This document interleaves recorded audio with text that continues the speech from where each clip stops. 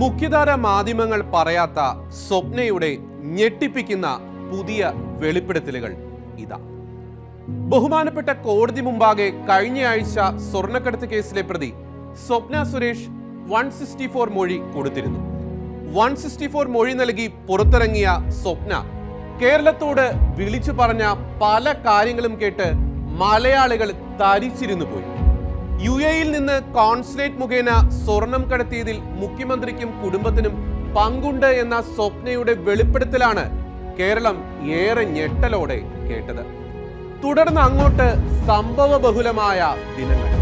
സ്വപ്നയുടെ വെളിപ്പെടുത്തലുകൾക്ക് പുറകിൽ ഗൂഢാലോചനയുണ്ട് എന്ന് ആരോപിച്ച് സ്വപ്നയ്ക്കും സഹായികൾക്കുമെതിരെ കേസെടുക്കുക എന്ന തന്ത്രമാണ് സ്വപ്ന ഉയർത്തിയ കൊടുങ്കാറ്റിനെ നേരിടാൻ പിണറായി കണ്ടെത്തിയ മാർഗം.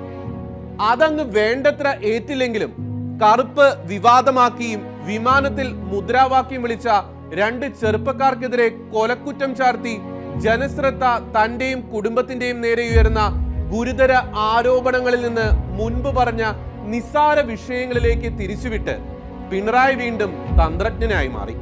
അങ്ങനെ കാര്യങ്ങൾ ഒരുവിധം സെറ്റിൽ ചെയ്ത് തൽക്കാലം രക്ഷപ്പെട്ടു എന്ന് കരുതി മുഖ്യമന്ത്രി മുന്നോട്ടു പോകുന്ന വേളയിലാണ് കേരളത്തെ ഞെട്ടിച്ചു കളഞ്ഞ മറ്റു ചില ഗുരുതര ആരോപണങ്ങൾ മുഖ്യമന്ത്രിക്കും കുടുംബത്തിനും ശിവശങ്കറിനുമെതിരെ ഉയർത്തി സ്വപ്ന മറുനാടൻ മലയാളി ഓൺലൈൻ ചാനലിൽ പ്രത്യക്ഷപ്പെട്ടത്.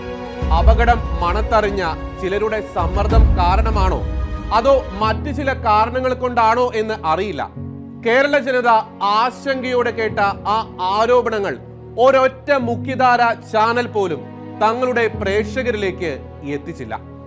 ആ വെളിപ്പെടുത്തലുകൾ തങ്ങളുടേതാക്കി കൊടുക്കാൻ മാധ്യമങ്ങൾ ആരും സ്വപ്നയെ പിന്നെ കാണാനും പോയില്ല.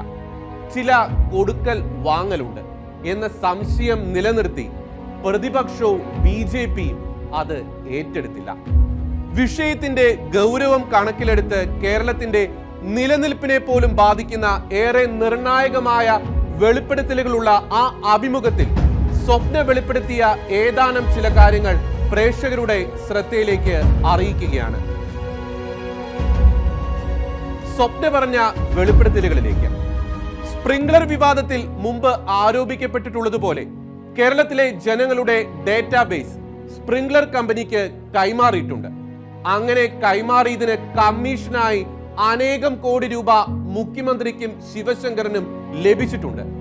നാളെ ഇക്കാര്യം പുറത്തുവരും എന്ന് ഉറപ്പുണ്ടായിരുന്നത് കൊണ്ടാണ് ശിവശങ്കർ ഗവൺമെന്റ് സർവീസിൽ നിന്ന് VRS എടുത്ത് പിരിഞ്ഞു പോയത്.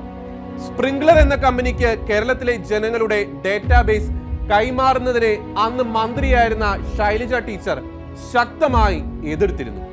അതിന്റെ പേരിൽ മുഖ്യമന്ത്രിയും ശിവശങ്കറുമായി ഓപ്പൺ ഫൈറ്റ് വരെ നടന്നിട്ടുണ്ട്. K-ഫോൺ എന്നതും കമ്മീഷൻ കൈപ്പറ്റുക എന്ന ലക്ഷ്യത്തോടെ മുഖ്യമന്ത്രിയും ശിവശങ്കറും കൊണ്ടുവന്നിട്ടുള്ള ഒരു പദ്ധതിയാണ്. മാത്രമല്ല K-ഫോൺ പദ്ധതി കേരളത്തിലെ ജനങ്ങളുടെ സുരക്ഷയ്ക്ക് പോലും ഭീഷണിയാണ്. തിരുവനന്തപുരം എയർപോർട്ട് ഏറ്റെടുക്കാൻ അദാനിയെ വിളിച്ചുകൊണ്ടുവന്നത് മുഖ്യമന്ത്രിയും ശിവശങ്കറും കൂടിയാണ്. പിന്നെ എന്തിനാണ് അദാനിക്കെതിരെ സമരം നടത്തുന്നത് എന്ന തന്റെ ചോദ്യത്തിന് ശിവശങ്കർ നൽകിയ മറുപടി അതാണ് പൊളിറ്റിക്സ് എന്നാണ്. സ്വർണ്ണക്കടത്ത് കേസ് അന്വേഷിക്കാൻ NIA വിളിച്ചു വരുത്തിയത് മുഖ്യമന്ത്രിയും ശിവശങ്കറും കൂടിയായിരുന്നു. NIA കേസ് അന്വേഷണ വേളയിൽ തന്നെ ബാംഗ്ലൂർ വഴി വടക്ക് കിഴക്കൻ സംസ്ഥാനങ്ങളിലേക്ക് കടത്തി കൊന്നുകളയാനായിരുന്നു ശിവശങ്കറിന്റെ പദ്ധതി.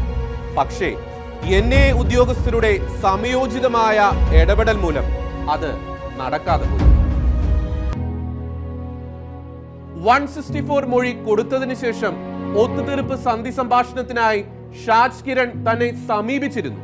തന്റെയും തന്റെ മകന്റെയും യാത്രാ വിലക്ക് എടുത്തുമാറ്റി തങ്ങളെ ഒരു വിദേശ രാജ്യത്ത് എത്തിക്കാം എന്നതായിരുന്നു വാഗ്ദാനം. ഒത്തുതീർപ്പിന് സമ്മതം നൽകിയാൽ ADGP അജയ് കുമാറിന്റെ വണ്ടിയിൽ നമ്പർ 1 അടുത്തെത്തിച്ച് ഒത്തുതീർപ്പിലാക്കാം എന്നതായിരുന്നു ഷാജ് കിരണിന്റെ വാഗ്ദാനം. മുഖ്യമന്ത്രിയെ 7ഓ 8ഓ പ്രാവശ്യം ക്ലിഫ് ഹൗസിൽ പോയി കണ്ടിട്ടുണ്ട് എന്ന് മാത്രമല്ല അദ്ദേഹത്തിന് വ്യക്തമായി തന്നെ അറിയാം. മുഖ്യമന്ത്രിയെ മാത്രമല്ല ഭാര്യയും മകളെയും പല തവണ കണ്ടിട്ടുണ്ട്. കണ്ടതിന്റെ ഉദ്ദേശങ്ങളും വിശദാംശങ്ങളും 164 മൊഴിയിൽ കൊടുത്തിട്ടുണ്ട്. കോടതി വെളിപ്പെടുത്തരുത് എന്ന് നിർദ്ദേശിച്ചതിനാൽ ഇപ്പോൾ വെളിപ്പെടുത്താൻ കഴിയില്ല. മുഖ്യമന്ത്രിയുടെ മകനും താനും പലതവണ നേരിൽ കണ്ടിട്ടുണ്ട്. അക്കാര്യങ്ങളും അതിന്റെ ഉദ്ദേശവും 164 മൊഴിയിൽ രേഖപ്പെടുത്തിയിട്ടുണ്ട്. അതിനാൽ ഇപ്പോൾ വെളിപ്പെടുത്താൻ കഴിയില്ല. മുൻ പിണറായി മന്ത്രിസഭയിലെ പല മന്ത്രിമാരും താനുമായി വ്യക്തിപരമായ ബന്ധം സ്ഥാപിച്ചിരുന്നു. തോമസ് ഐസക്, കടകംപള്ളി സുരേന്ദ്രൻ, KT ജലീൽ എന്നിവരാണ് പ്രധാനമായും വ്യക്തിപരമായ ബന്ധം കാത്തു സൂക്ഷിച്ചിരുന്നത്.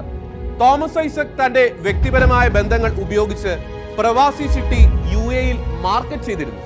താനുമായി വ്യക്തിപരമായ ബന്ധം പുലർത്തിയിരുന്ന മറ്റൊരു പ്രമുഖ വ്യക്തി മുൻ സ്പീക്കർ P ശ്രീരാമകൃഷ്ണനായിരുന്നു. തന്റെ ഫോൺ നമ്പർ വാങ്ങിയ ശ്രീരാമകൃഷ്ണൻ ഇടയ്ക്കിടെ ഫോൺ വിളിക്കുമായിരുന്നു.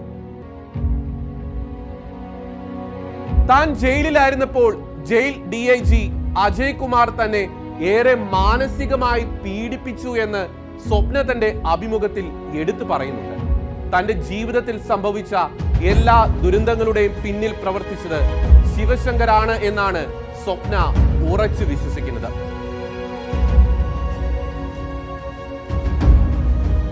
2016 കോൺസുലേറ്റ് ഓഫീസ് തുടങ്ങിയപ്പോൾ ആരംഭിച്ചതാണ് ശിവശങ്കരന്റെ സ്വർണം കടത്തൽ എന്നാണ് സ്വപ്ന പറയുന്നത്. PP കിറ്റ് വാങ്ങിയതിൽ പോലും ശിവശങ്കറും മുഖ്യമന്ത്രിയും കമ്മീഷൻ കൈപ്പറ്റിയതായി തനിക്കറിയാമെന്നതാണ് സ്വപ്നയുടെ മറ്റൊരു വെളിപ്പെടുത്തൽ.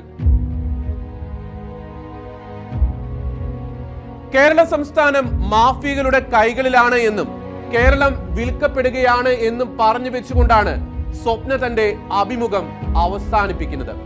കേരളം എങ്ങോട്ടാണ് പോകുന്നത് എന്നത് തന്നെ കേൾക്കുന്ന ഓരോരുത്തരും ഭയാശങ്കകളോടെ ചിന്തിക്കണമെന്നും സ്വപ്ന കേരള ജനതയെ ഓർമ്മിപ്പിക്കുന്നു. കേരളത്തെ ഞെട്ടിച്ച് സ്വപ്ന നടത്തിയ വെളിപ്പെടുത്തലുകൾ ശരിയോ തെറ്റോ എന്ന് മറുപടി പറയാൻ മുഖ്യമന്ത്രിക്കും മറ്റുള്ളവർക്കും നിയമപരമായും ധാർമ്മികമായും ചുമതലയുണ്ട്.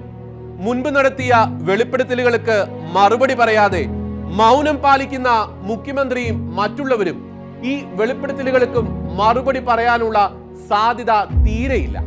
മാത്രമല്ല, മുഖ്യധാരാ മാധ്യമങ്ങളും ഈ വെളിപ്പെടുത്തലുകൾക്ക് പിന്നാലെ പോവുകയില്ല. കേരളത്തിലെ രാഷ്ട്രീയ പാർട്ടികളും അങ്ങനെ തന്നെ. ഇതാണ് അന്തർധാര. പക്ഷേ ഒന്നുറപ്പാണ്, ജനത്തിന് ബോധ്യം വരുന്നതും വിശ്വാസയോഗ്യവുമായ മറുപടി ബന്ധപ്പെട്ടവർ നൽകുന്നതുവരെ കുറ്റാരോപിതർ ജനലക്ഷങ്ങളുടെ ഹൃദയങ്ങളിൽ സംശയത്തിന്റെ നിഴലിൽ തന്നെയായി.